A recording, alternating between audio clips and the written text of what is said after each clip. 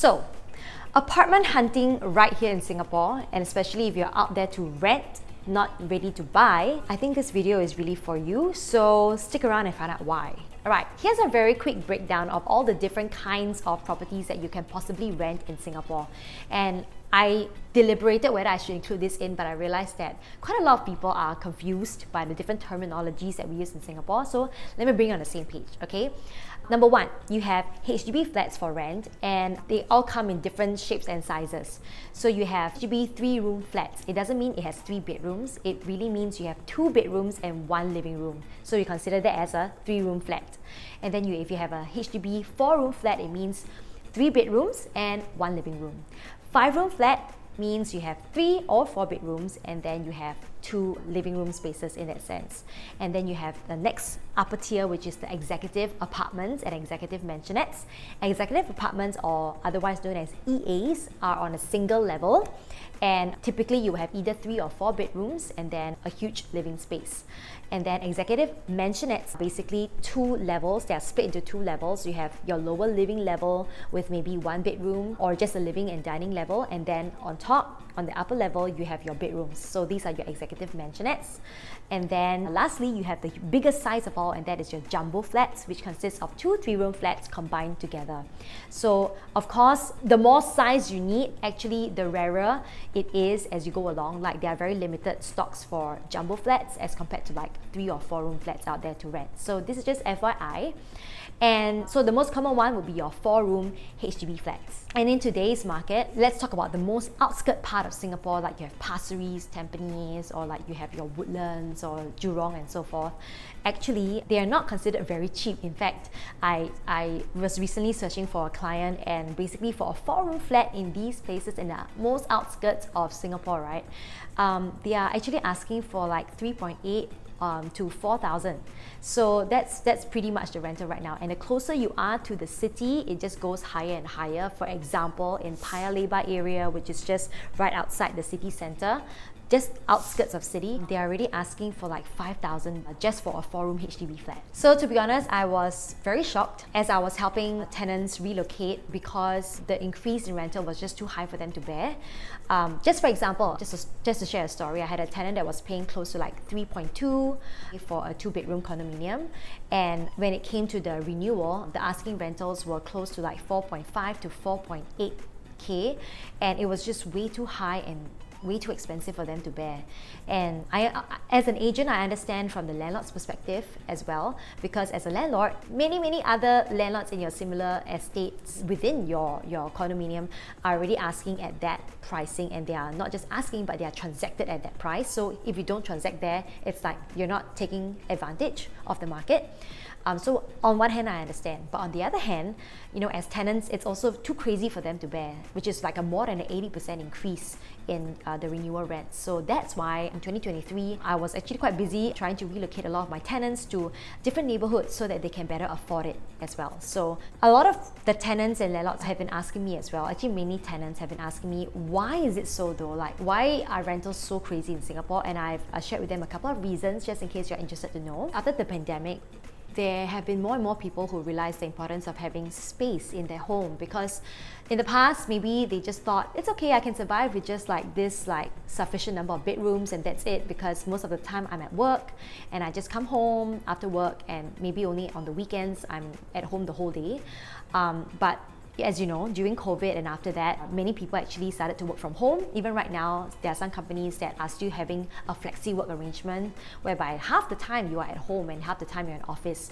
So there has been an increase in demand of larger spaces in the last 1 to 2 years actually, and that's why rent prices have been increasing as well, especially for larger homes, just because people don't just require bedrooms anymore. They require an additional 1 or 2 rooms for their study spaces so that they can properly work from home, or so that you can maintain your sanity, especially if your kids are at home with you as well. So that is one of the reasons why there has been such an increase in demand for larger homes. And the last reason why rents have been increasing like crazy in the last 1 to 1.5 years is because of the government's cooling measures right here in Singapore. So what the government did was that for private property downgraders, if they want to sell their private property and downgrade to a HDB flat, they are not able to just like downgrade immediately. Basically, after you sell your private property, there is a 15-month wait-out period before you're able to purchase your HDB flat.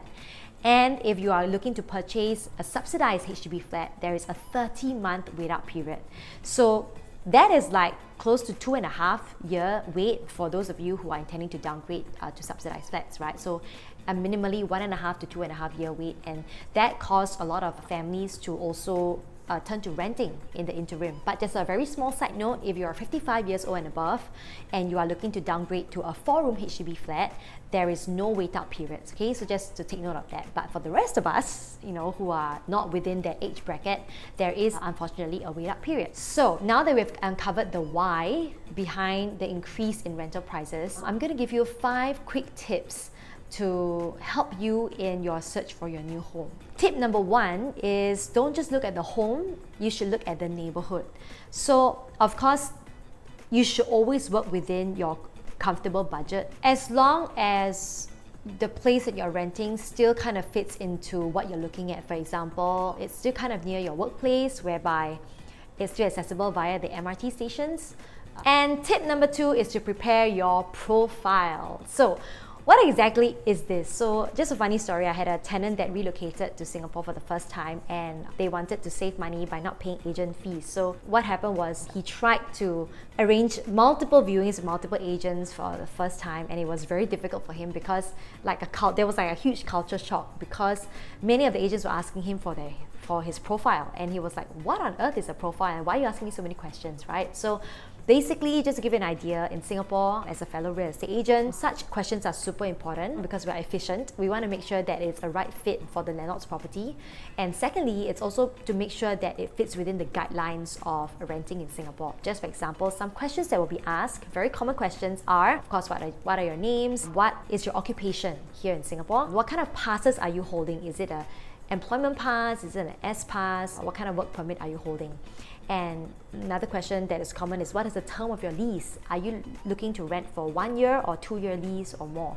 Just for example, if you're looking to rent only for a maximum of 1 year, then you may not be able to find homes that easily to rent in Singapore, because typically landlords will be looking at a minimum of 2 years rental. Not impossible, but it's basically not as common. And then they will also ask you whether you have pets. If you have, then good luck. There may be some landlords that are more open to it. There could be landlords that say strictly no pets, then you might have to exclude that property. And last but not least, they will ask you also for whether you are looking for a fully furnished home or a partially furnished home. So what is a partially furnished home? Is basically no furniture. You probably only have your curtains, and all your fixtures like your aircon, your lighting and whatever. And the only other movable inventory would be your refrigerator and your washing machine. And some of them could be washer cum dryer, 2-in-1. So that's all that will be provided for you. If you're looking for a fully furnished home, it has all the furnishings included. For example, your sofa, your beds, your dining tables and chairs, and so on and so forth.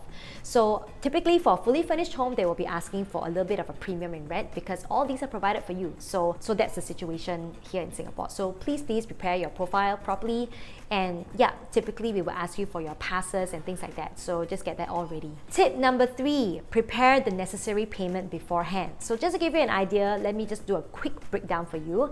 So once you have firmed down a property that you like, you made an offer, you need to give a 1-month good faith deposit together with the letter of intent to kind of book the unit. And then upon signing the actual tenancy agreement, you will need to give a 2-month security deposit for a 2 years rent. So total, you need to have 3 months worth of rent in your bank account.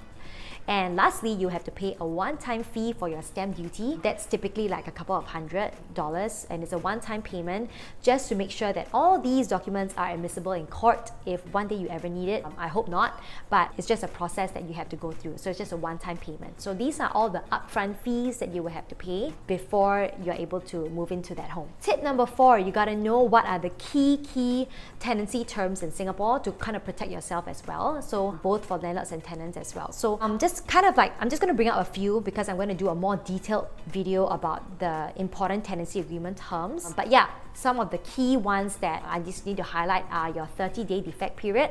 Basically, once you move in the first month, use everything possible the refrigerator, the washing machine, your oven, even though you may not really use the oven a lot, just test it.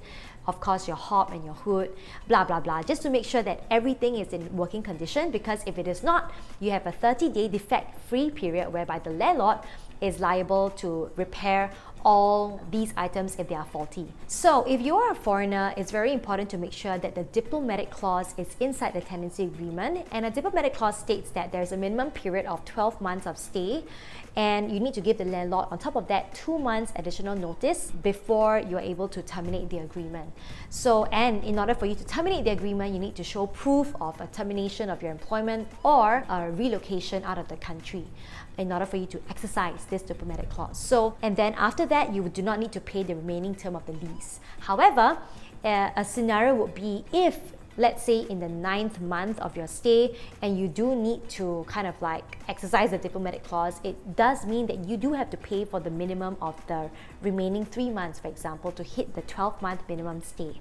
So this is just to make things clear in case some of you are not very clear of this term and how it works. So it's very important as a foreigner to make sure this term is in. And last but not least, it will be your renewal clause, just to make sure that you're able to renew for another 1 to 2 years at a mutually agreed rent. And yeah, that's about it for the key tenancy agreement terms that you need to make sure is in. However, the tricky part comes when tenants would want to hire me as their agent to represent them in this rental transaction. Because here's the situation, and I consider whether I should put this in, but to be honest, if you are following this channel, I promise to give you nothing but the truth, and just so that people can trust agents. You know, if you can't trust a real estate agent, then why are you hiring them, right? So for me, here's the truth. If a tenant comes up to me and ask me to represent them in this deal, then I'll actually ask them, number one, what is your budget? Because if there's anything below a certain amount, for example, 4 to 5K, right? And anything below that is actually very difficult for me to go around to find listings for them to co-broke with other agents. Co-broke meaning share commission with an agent. So if tenants are willing to pay me as the agent, I can fully represent them in the deal, and it's going to be so much easier for me to find that dream place for them. Of course, I always present the option, you do not need an agent actually. There are so many people who are out there just finding places on their own, and if you are confident in that, if you're confident in representing your own interests, please do so. But if you don't have the time, if you need people like agents to help you to organize things and to make sure they cover every aspect of the lease, then I do believe that it is important to pay agents to make sure that we do our jobs properly, because of course we don't do it for free. You know, we have to be paid as well. So that's what I actually tell my tenants very upfront. Of course, if your budget is anything above that 4 to 5K, it's going to be much easier for us to co-broke with the landlord's agent, and that means that, you know, you get my service for free in that sense. So it really depends. It's very case by case basis, but I always tell my tenants the full picture of their options, so you still have the option whether you want to hire me or not. So that's the little secret that I'm actually letting it out. But yeah, so far actually I'm very happy to say that most tenants are very happy with my service, except for 1 or 2 who are not very nice. But other than that, there are a lot of people who I'm very happy representing them, because I just love families.